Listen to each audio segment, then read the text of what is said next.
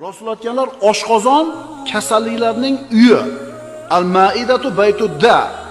Agar ovqatlanishda sunnatga rioya qilsak, shariatning talabini bajarsak, kasal bo'lmaymiz. Hozir men bir qancha hadislar aytaman va voqeligimizni taqqoslaymiz. Payg'ambarimiz aytganlar, mana hozir aytyapmiz, nahnu qawmun la nakulu hatta naju. Biz qornimiz ochmaguncha ovqat yemaydigan qavmmiz.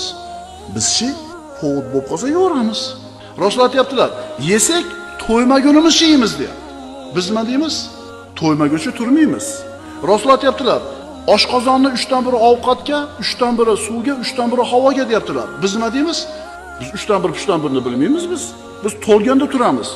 Yana Rasululloh aytganlar, idishlarni inson bolasi to'ldiradigan idishlarning eng yomoni qorin desa, biz qorinni to'yg'izishlik hayotimizning mazmuniga aylanib qolmaganmi? Nima yeymiz hozir jumadan chiqib?